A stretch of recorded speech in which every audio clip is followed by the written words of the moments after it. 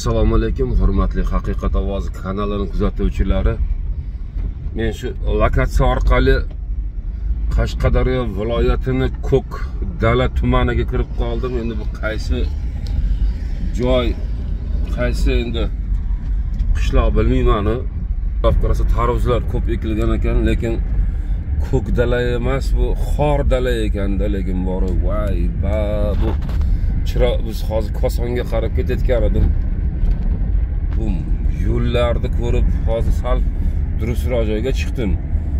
Haligi yamalar bor, bir yamalar borki, bu yamalardan ketmon bilan qo'lingga ketmon lapatga olib ko'mib, keyin o'tsang bo'ladigan yamalar ekanda.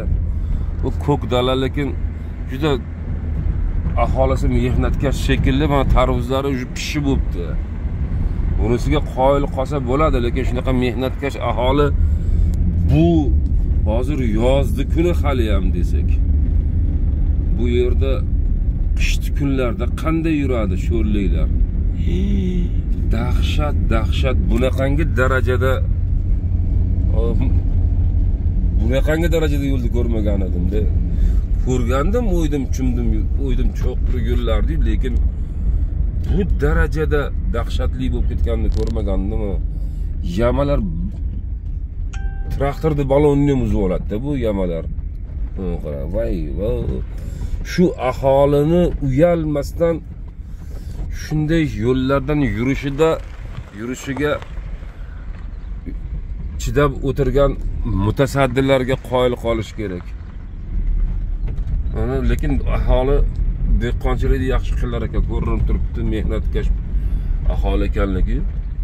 Bular tarvuzlari, qovunlari уже pishib, oshqovoqlari ham solib qo'yibdi.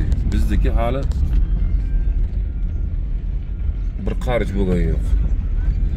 Lekin yo'l dahshat. Muzika qo'ymay tur, Jurat. Muzika qo'ymay tur. Shuni endi hozir qo'yib yuboraman, endi ilojim yo'q. Bu uyaladimi, uyalmaydimi bularni rahbarlari?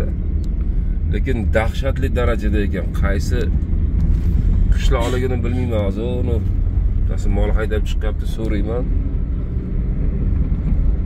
Hozir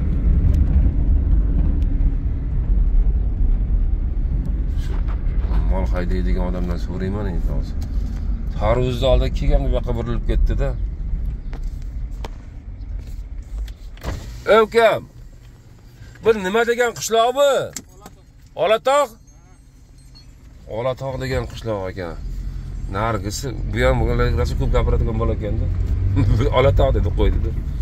Tushuntirishga ulgurmadim. Xullas kalom tanimadim. Olatog' qishlog'iga ulangan. Undan yog'i endi bilmayman. Tarvuzga yetmasam lokatsiya chaqirib chapga o'ngga burib yubordi-da. Ota-onalaringga rahmat. Hurmatli mutasaddilar, Ko'k dala tumani rahbarlari, yo'l qurilish kompaniyasining boshliqlari, ya'ni kim avto yo'l deydimi, hozir nima bo'ladi? Maytdan sal durustroq yo'lga chiqdim.